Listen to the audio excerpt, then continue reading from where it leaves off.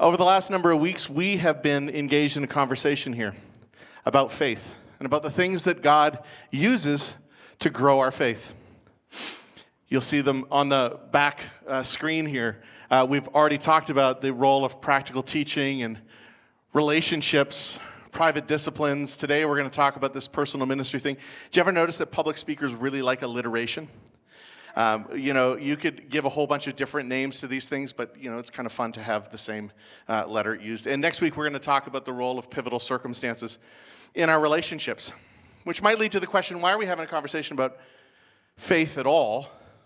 Well, because I think that faith is really the theme of most of the Bible, especially the New Testament. The New Testament tells a story of us being invited to put our faith in God, and through faith to connect or reconnect with Him in Jesus, through Jesus, and what Jesus did, what He taught, and how He lived, and how He died, and how He rose again. Especially, there's an opportunity for us to be connected to God. Why is that important? Well, it's important because the Old Testament, the first half of the Bible, really tells a story about how we broke our connection with God, how we broke our relationship, and that relationship was broken through a lack of trust. And trust is the foundation of faith. In fact, trust is the foundation of every healthy human relationship. The Bible tells a story of how at the beginning, God gave humanity every opportunity to live connected to Him. But there was one choice we made which broke that trust. And all throughout the rest of the Old Testament, the scriptures tell the story of how people tried to fix this relationship with God. And God really tried to do it on our terms in all the ways and all the things that we thought would work. Here's a whole bunch of rules. If only I could keep the rules, then I could be reconnected to God. Or here's a king. If only I could follow another man, maybe I could reconnect myself to God. But the story of the Old Testament is that all the things they tried, all the things that felt like they were within our power to control, didn't help us to reconnect our relationship with God. And so at a certain point, the Old Testament finishes. And there is a long time, in fact, 400 years, that they call the 400-year silence that goes between the end of the first half of the Bible and that sort of section called the New Testament, which is really 2/3 of the way through the books that we have. And I think that God did that on purpose, so that there would be no mistake that this was an action of God. See, all the people who knew anything about the story really knew the story, were really connected to God. 400 years passes. They're not there anymore. And then God does this work where He decides Himself to come to us and to be the way that we could reconnect with God. Jesus comes and He says, I'm going to fix this the same way you broke it. That's one of the really cool things about the story, is that it's trust that breaks the relationship. And trust in Jesus is the way that we fix the relationship. So the point is, our faith, or our trusting relationship with God, is really, really important to Him. And so I think it's worth our time asking, well, how would I grow my faith? And the neat thing is, I think a lot of the things that Jesus teaches us and shows us, you don't even have to be a follower of Jesus in order to put them into action in your life and see benefit from them. Hopefully this morning, regardless of where you are in your spiritual journey, there is an opportunity for you to kind of dial in and go, oh, I think I learned something helpful and practical here. So today we're going to focus on this idea of personal ministry. And really what I mean is things that we do to serve other people, okay? Again, we love the alliteration. That's great. But if you just want to kind of get down to the nuts and bolts of it, personal ministry sounds kind of like, oh, nobody actually would say that in real life. Then you could just say, no, how do we serve others in God's name to use what we have for their benefit, right? And I know after talking to a lot of people over the long course of time that what ends up happening in many people's lives is they start to dial into this story of trust and relationship and making the world better and serving. You get what I call the nudge. Not the nooge. That was a musician from the 70s. If you're old enough to get that joke. If you're not, I'm sorry. No, you get the nudge, right? It's all of a sudden you start thinking about or can't stop thinking about a particular way that you've heard to be able to help other people. And what often happens is we feel that nudge and then we stop and we hesitate because we don't feel ready. And when you don't feel ready, you know what happens? People come to me or Melissa and they say, I felt a nudge. I think you should start this ministry. And we're probably, rarely going to do that because we understand the importance of having people have the opportunity to serve other people in their own way, right? But when we do that, when we say, hey, it doesn't sound like God gave me a new job. I've got lots of jobs already, right? He didn't give me a new job. It sounds like he's calling you to do something. What ends up happening frequently, is then all the reasons why we can't start piling up. I don't have enough time. I don't have enough knowledge. I don't have enough experience. I don't have enough resources. I don't have enough whatever. And sometimes the answer to that is binding together with other people in the church. Sometimes the things that you get nudges about do turn out to be ministries that you lead that are a part of us. And sometimes they're just things that you end up doing because God is calling you to something bigger than yourself. It's exciting when we see people step over the pile of excuses into what God has for them. In spite of their fear, in spite of their anxiety, in spite of their doubt, God often does this work in and through us when we're willing to take a step of faith. And so today, the conversation is less about the people who you might serve and more about what serving does in our lives and in our hearts. It might be funny to say, today's message is just a little bit selfish because so much of what we talk about is others focused. But I deeply believe that the best version of you is the best way to serve others in God's name. And people stepping out and stepping over the excuses and starting to step out in faith, oh man, it's the way that beautiful, inspiring stories are written again and again and again. We're going to look at two of them this morning that were written for us down in the scriptures. If you have a Bible and you want to, you can open to Matthew chapter 14. If you didn't bring one, you're like most of the people in the room. That's okay. That's why we put them up on the screen. Jesus has something really important to say about the nature of faith through these stories. And I want us to dial in and listen to them. So we're going to start at Matthew chapter 14, verse 13, a story that many of you are probably somewhat familiar with, even if church isn't a part of your everyday experience. Here's what it says. When Jesus had heard what had happened, he withdrew by boat privately to a solitary place. Begs the question, what exactly had happened? If you go back in the chapters just before this, what had happened was John the Baptist had been killed. He had been beheaded because he started messing with Herod, the puppet king of Rome's business, and his wife, who he wasn't supposed to be married to. And when he started saying, hey, actually our leaders should have a higher moral standard than this, Herod's wife got very upset because he was, talking trash about her. And she used her power to have John killed. And something important to remember at this point is that John is the cousin of Jesus, his family, right? And so I'm sure Jesus' emotions were the same as any of ours would be about a member of our family who we were close to who had been killed, right? Sometimes it's really easy to forget Jesus' humanity in the midst of all the things that we say about him. But that's what we believe. He was fully human and fully God. And we know from other parts of Scripture that Jesus wept when his friends died. And so I'm certain that Jesus was going through the gamut of emotions than all the rest of us. And that's why he's trying to withdraw. You know, even Jesus just needed some time alone, you know?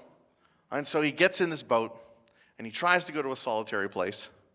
But because of his fame, everybody heard about what Jesus was trying to do, and they just followed him anyway. Because the lake and the boat, it wasn't really a long distance. People kind of knew if you're going to take a boat from here to the other side, this is where you're going to land, and we can just catch you on the other side. So this is what everybody does. The crowds followed him on foot from the towns. They don't really care that Jesus needs some time alone right now. They're just looking for what they can get from him. And so it says in the next verse, when Jesus landed and saw a large crowd. Come on. Thank you. Sorry, my notes weren't moving for me. I apologize. That's very unprofessional. When Jesus landed and saw a large crowd, he had compassion on them, and he healed their sick. So in spite of how Jesus is feeling, in spite of his need, he puts himself aside, and he begins to heal people, as was his custom. And evening approached, and the disciples came to him and said, "This is a remote place, and it's already getting late. Send the crowds away so they can go to the villages and buy some food." Jesus has compassion, as we might expect him to, but his disciples didn't. His disciples just wanted to rest.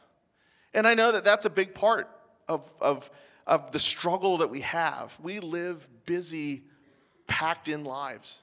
And sometimes it feels like, well, I don't have any time to give to people anymore. My time is gone. My time is finished. My time is used up.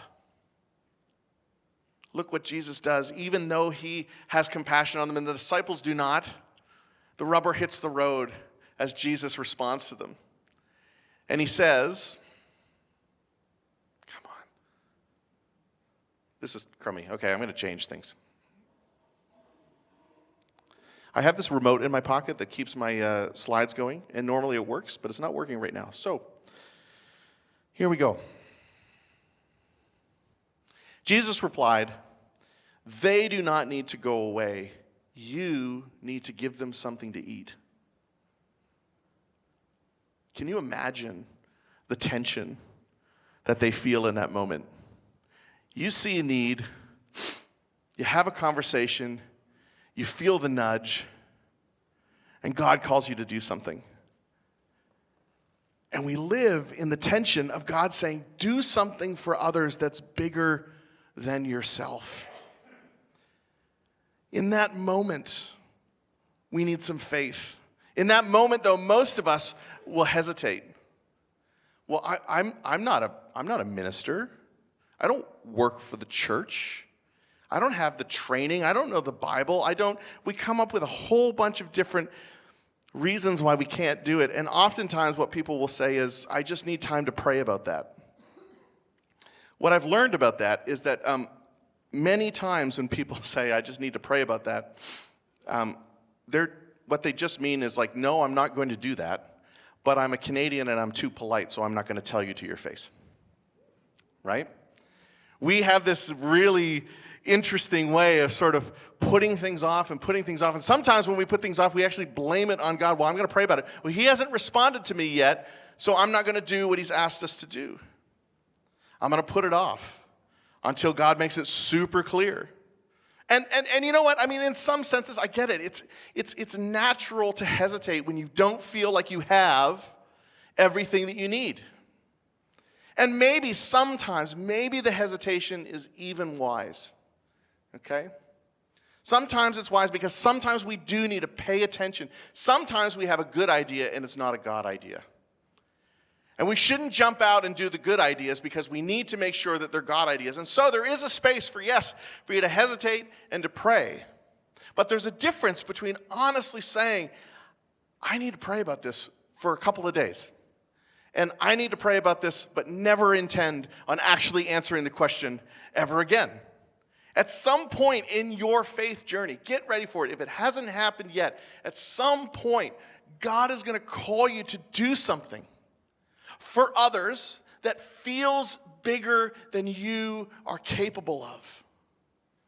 And I hope that it helps us knowing that even the first followers of Jesus, even the apostles, right? Those initial 12 guys that Jesus pulled out, 11 plus 1? Anyway, that's a complicated story because one of them goes off the rails and then they have to replace him. Anyway, the original guys that Jesus called out had the same struggle that you and I have.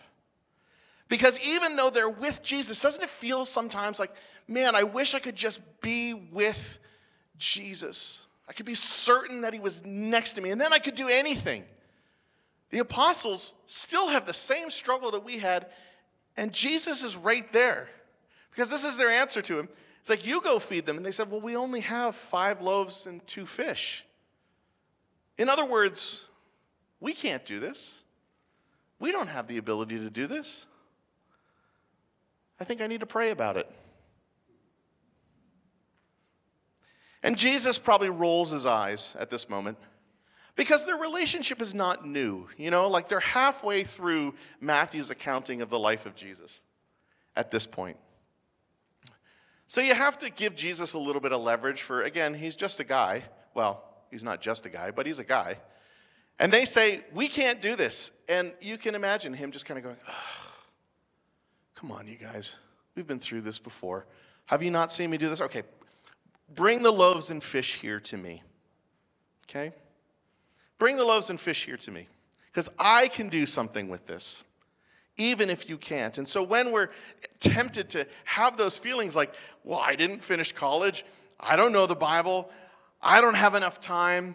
I don't have an experience. What God is calling each and every one of us to do, when you feel that nudge and when he calls you, regardless of whether you feel equipped or not, just bring me what you have, is what Jesus is asking. That's the moment of faith. And see what happens next. They bring him this meager little meal that would be barely enough for one person. And Jesus takes it and directs everyone to sit down. And taking the 5 loaves and the 2 fish, he gives thanks and breaks the loaves. And then he gave them to the disciples, and the disciples gave them to the people. I don't know exactly how that happened, okay? It's interesting to think about. I don't know if any of you ever watch the TV show called The Chosen. Melissa and I were talking about this passage last night. She sat me down. She's like, can I show you this clip? Because I haven't watched all of it yet. She's further ahead than I am. And it was like, you know, in this moment, Jesus prays, and he breaks it, and he puts it in one of the baskets, and then he tells the disciples, just go ahead and break it up, put some in each basket. And they close the cover, and then when they go in front of the people and they open the cover, it's like the basket's full. I don't know if that's actually how it happened or not, but can you imagine that moment?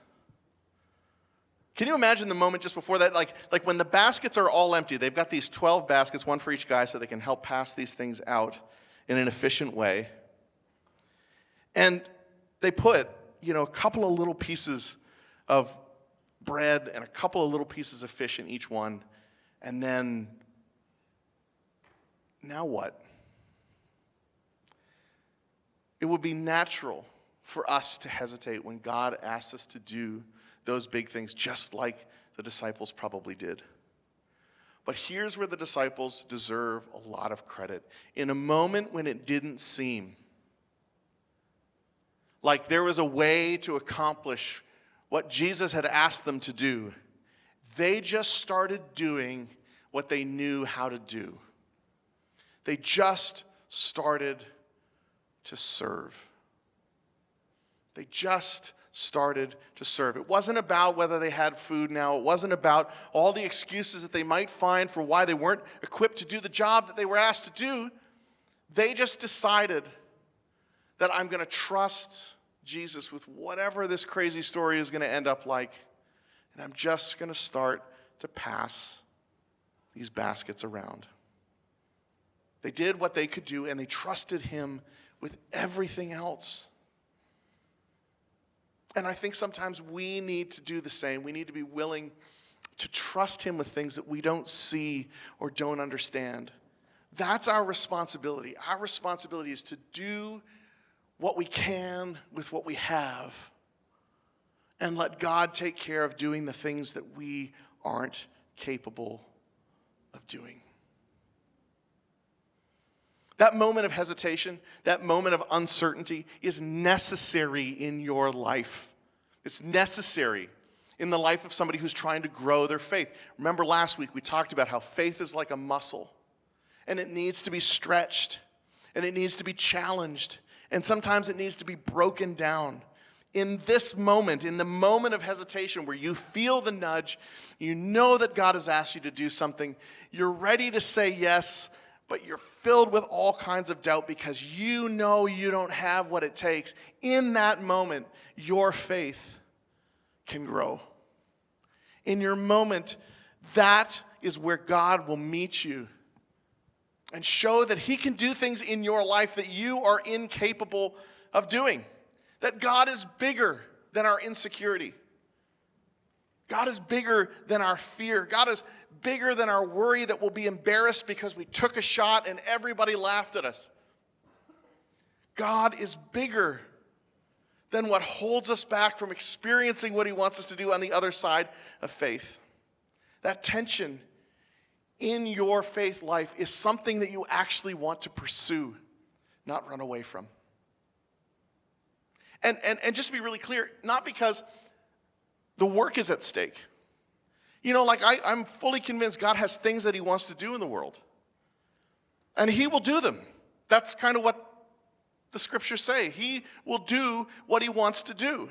He is so kind and gracious to include us in the things that he wants to do. In the world that is to come, in the world as it should be, God is pleased to include us in his plan to make that a reality. But if we allow all of these other things, if we allow our fear and our insecurity to get the better of us, God will probably just find somebody else to do it, right? And that would be a shame. That would be a shame. I have had those experiences in my life where I'm like, man, I really feel like God had something for me to do there. And I pulled back and I got insecure and I stopped doing it. And then I saw that it got done anyway. And I'm like, I really wish I had had the courage to step out. I really wish I had had the faith to join God there. And the end result, as with all of these things that we've been exploring, is that because we don't put our trust in God, our day-to-day closeness, nearness, sense of his presence, and his movement in our life decreases instead of increasing like God wants it to. If you look at the stories of most of the big global organizations in the world, things like World Vision, Compassion, there are a number of sort of faith-based global initiatives that people from all kinds of churches connect with. You know, as I have explored those organizations, one thing that I noticed is that in almost every case, this massive multi-billion-dollar fight against poverty was started by one person saying yes to one thing that they could do. I'm going to go home and I'm going to raise $1,000 and I'm going to come back and I'm going to give it to the orphanage that I was working at in Korea. That's how Compassion started. It just started by one person being faithful to the thing that they could do. And I don't know that they could have ever imagined what God would do with that. But this is how God works. And his story has been told over and over and over again through lives just like ours. I'll do what I can and trust God with the rest. It says when the disciples made that decision, that they all ate, the disciples, the guests, and then they picked up basketfuls of leftovers, which we assume that the people that were there were able to take home and share with their city. I mean, it was enough food. It would spoil at some point, I suppose, but enough food to share with everyone they knew. God was pleased to do something not just that took care of the basic needs, but that overflowed into other people's lives. Jesus came through when they didn't think they could, and he did it through them even when they didn't feel he could. And as if that story wasn't enough, if you continue to read in Matthew 14, it's like the author of that book needed to hammer home the lesson that we were supposed to learn. The next story, Jesus dismisses the crowd, so he finally sends them off. And Jesus goes off on his own because he still needs the time to mourn and grieve that he was looking for when he came to the other side of the lake. He just postponed it a little bit. He wasn't unhealthy. He just decided, that can wait a couple of minutes so that I can do this thing for other people. So the disciples honor what Jesus is looking for, some time alone. They get back in the boat and they begin to sail off without Jesus. And it says that as they were out on that lake, a storm came up. And what's interesting is you think that these guys should be able to handle this, right? They're fishermen. Most of them were fishermen before they became followers of Jesus. But they find themselves in what must have been a fairly extreme, based on their inability to manage the situation and the experience that they had. They end up out on the lake in trouble, and they're afraid.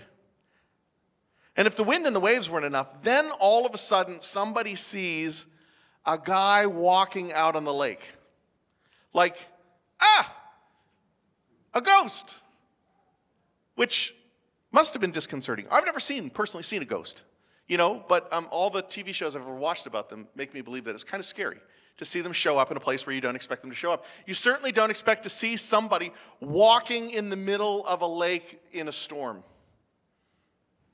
One thing, by the way, I think that makes the Bible more credible is how foolish the biblical writers are willing to make themselves look. Like if you were writing stories that were intended to trick people, wouldn't you write stories that make you look really good? And all these guys, because Matthew's here, he's one of the guys in the boat. So when he says the disciples were terrified, he's talking about himself. Anyway, just bonus material. Jesus immediately says to them, "Take courage, it is I, don't be afraid." And Peter says this unbelievable thing. "Lord, if it's you, and I really hope it is, tell me to come out to you on the water." A lot of the time when people tell this story of Jesus and Peter out on the lake, Peter, he takes it on the chin. Because you probably know how this story finishes, right? Peter sinks and Jesus has to save him. We'll get to that in a second. You probably knew that already. I think we should be so enamored with Peter's ability to step out of the boat rather than the failure that came when he took his eyes off Jesus. Because when you think about it, there are 11 other guys there. And none of them expressed the faith. None of them understood the last object lesson.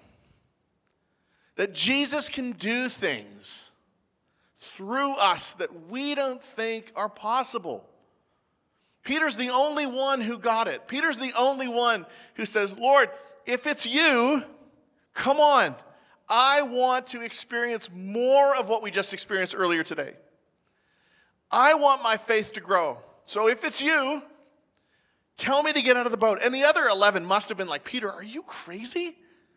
What are you doing?" They're trying to save him. And Peter is smart enough to see that there's something bigger at play. By the way, he didn't do it stupidly. Because stupidly would have been just jumping out of the boat and hoping Jesus was willing to show up, right? Peter actually asked the Lord, comes back to this thing, pray about it, sure. Just don't use God as a reason why we're not willing to take the risk in the first place. But ask God for his input. Hey, Jesus, if it's you, call me out of the boat. Peter does the healthy, smart thing. He asks God if God is going to do this thing.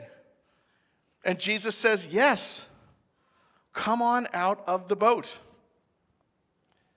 Then Peter got down out of the boat, and he walked on the water, and he came towards Jesus. I dare you to start asking God to call you to places that you don't feel like you have the ability to be in. I dare you to start praying, Jesus, invite me to that place.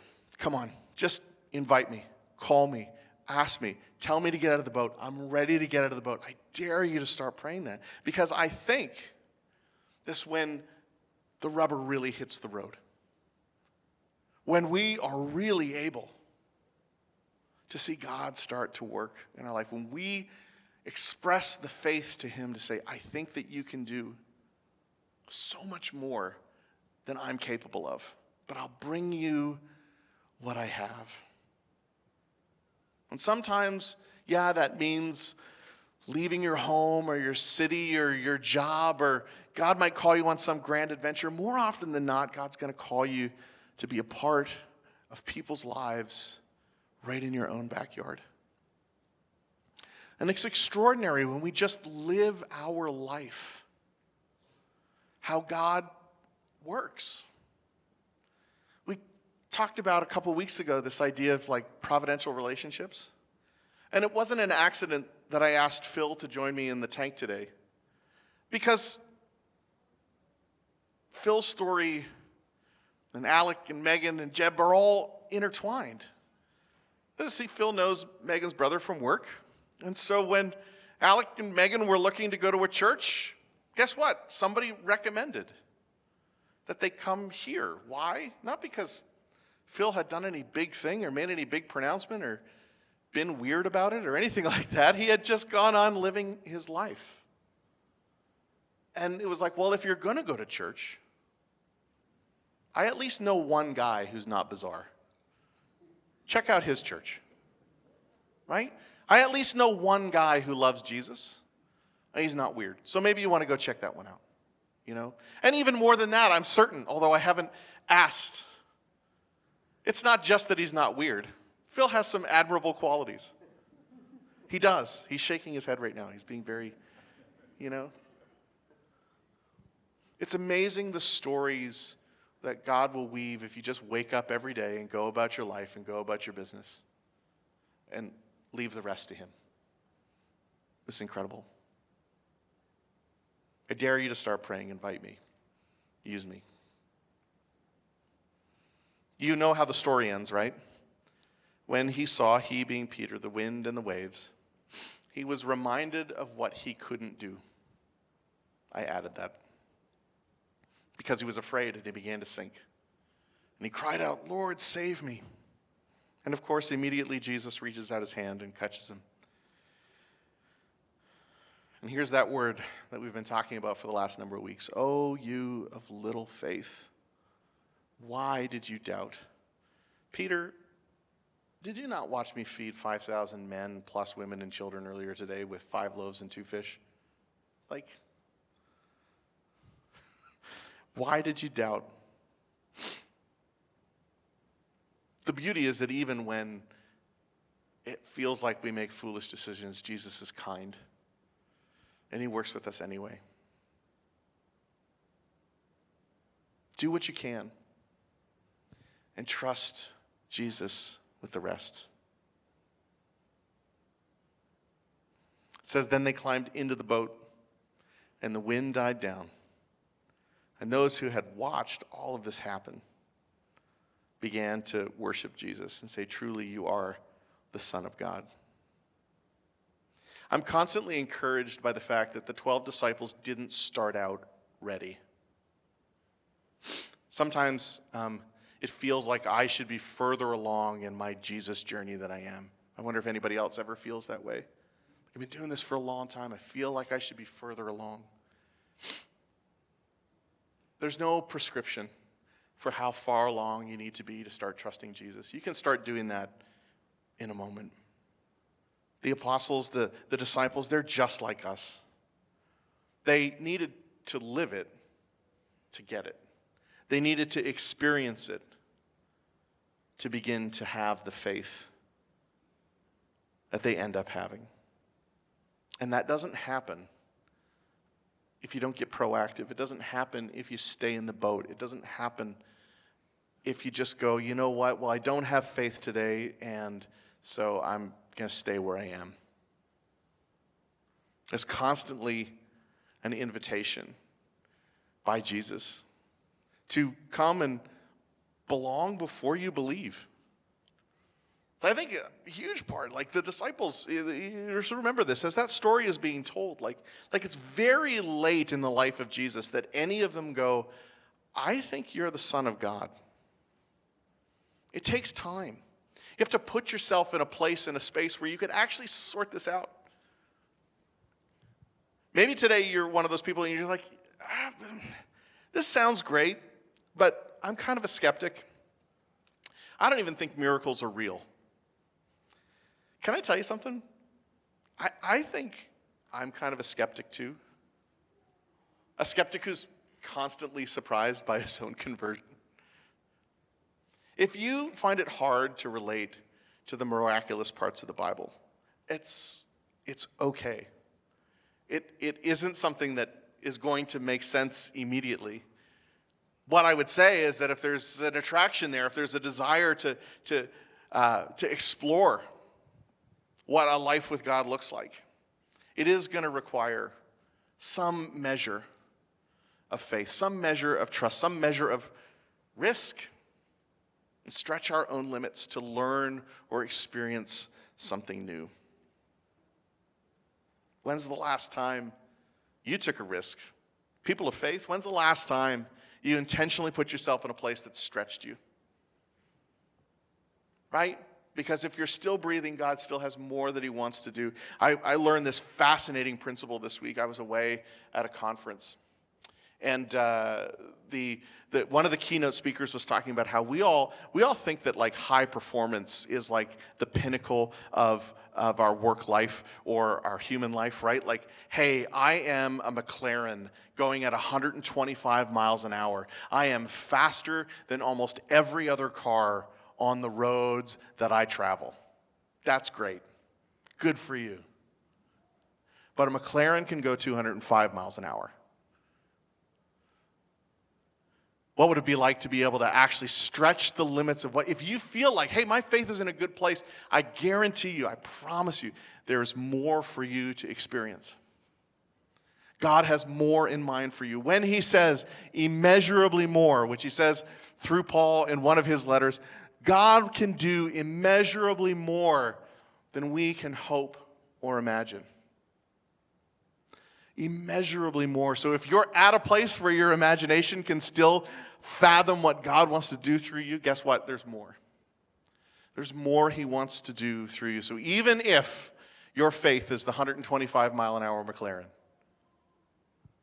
there's so much more that he wants to do in our lives. Give it a try. Start praying those dangerous prayers. Choose to belong before you believe. We're here every Sunday at 10 a.m., and you're welcome to join us anytime. We hope that you will. See how God moves and changes when we choose to bring him what we have and get out of the boat. Let me pray.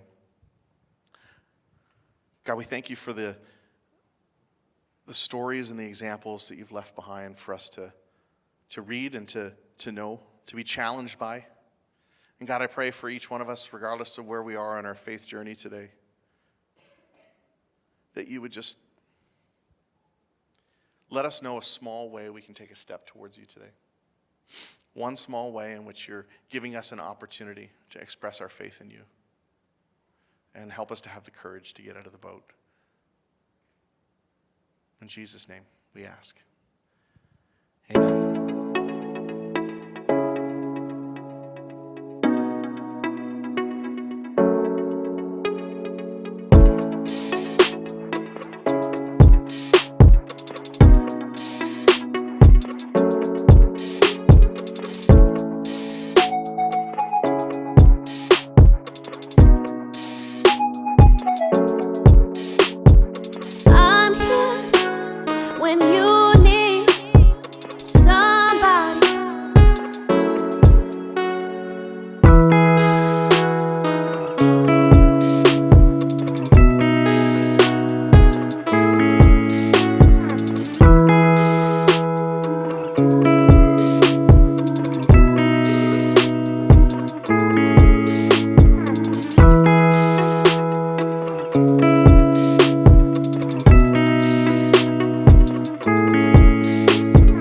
I'm here when you need somebody.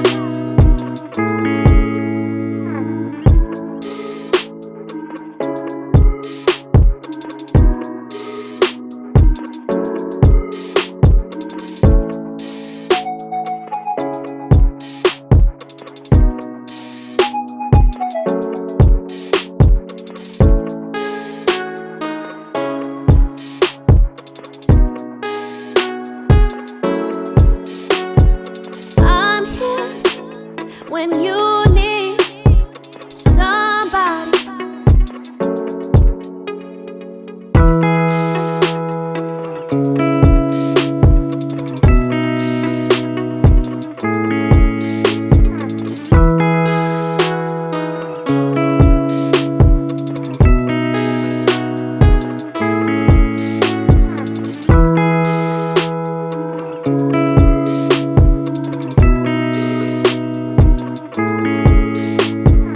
I'm here when you need somebody.